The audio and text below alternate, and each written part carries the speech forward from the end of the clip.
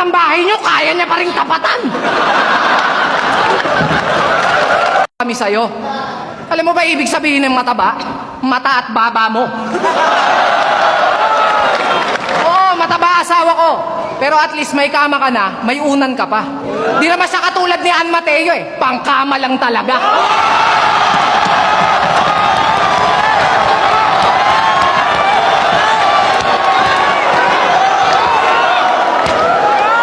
Inihiyan daw ako ni G-Clown. Mali ka ng infong narinig.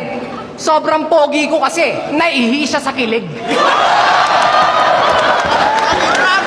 Tapos buhat pa na ng buhat ng bangko sa asawa niya. Proud na proud to. Oo nga no, ang cute ng misis mo.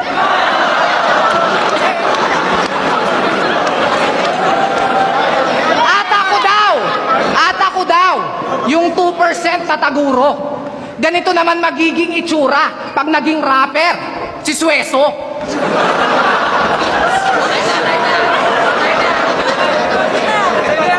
Kilala niyo si Sueso? Yung puro mata?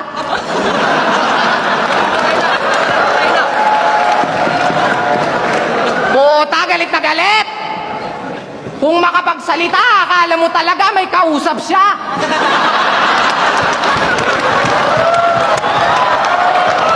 Tangina, bago mo sana ako pagsalita ng ganyan, siguraduhin mo munang kausap kita. Pero idol, kamusta? Balita ko, wala nang balita sa'yo ah.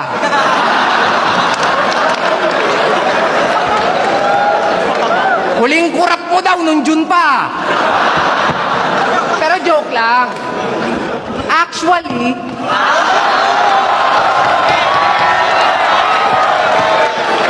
yung battle namin, dapat last year pa. Kaso pinakancel niya. Nung nalaman niya nga magiging event, Oro Mata.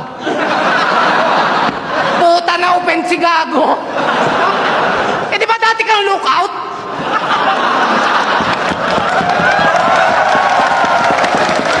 Di ba dati kang lookout? Kaso tinanggal ka sa trabaho? Kasi lahat na lang daw ng bagay na o-overlook mo. Oh, sabihin mo dito to. Tignan mo naman tol. Itsura pa lang neto, parang laging may ka-eyeball. Kasi simulat sa pool,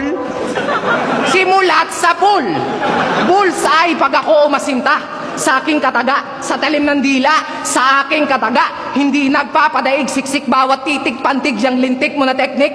Walang nakakabilib pag ako bumara, magmumukhang unggoy si Arik sa net, malaking kong kakatapik niya ng dibdib.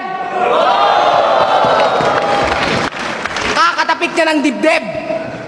Tapos puro pa pagbubuhat ng bangko ang puta. Puro maganda yung asawa ko, mas maganda kaysa sa'yo. Ayaw mo namang ipagamit.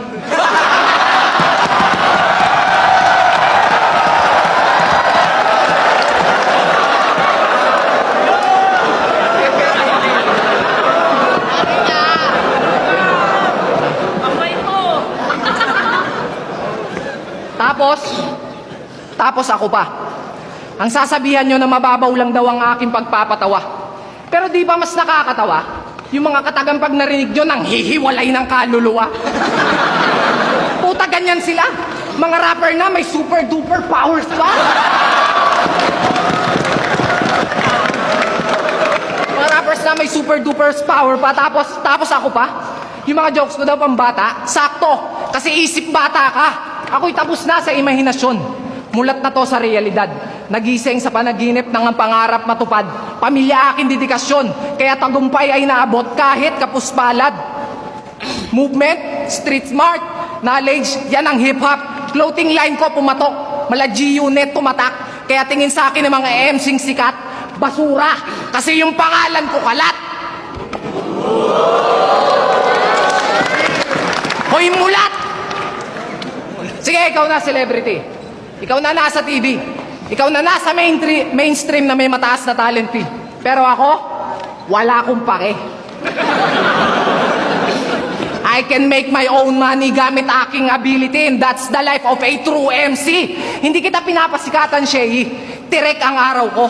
Tanghaling tapat kaya ako mainit sa tao. Ikaw, dapat hapon na karir mo. Palubog na, kaya ka na sa ahon at yun ang totoo. pinanood ko yung last battle mo. Puta, kala ko yun na yung last battle mo. Kasi yung utak mo pang AI, talinong artificial. Samantalang ako, Pampangas best, yes! Purot natural, walang halong kemikal, hoy bural! Nasaan na yung dating Slim Shady?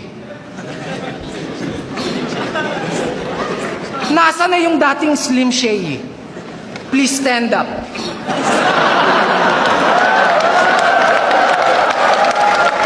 Napansin ko magmula nung naupo si Digong, nagtabaan yung mga adik sa flip top.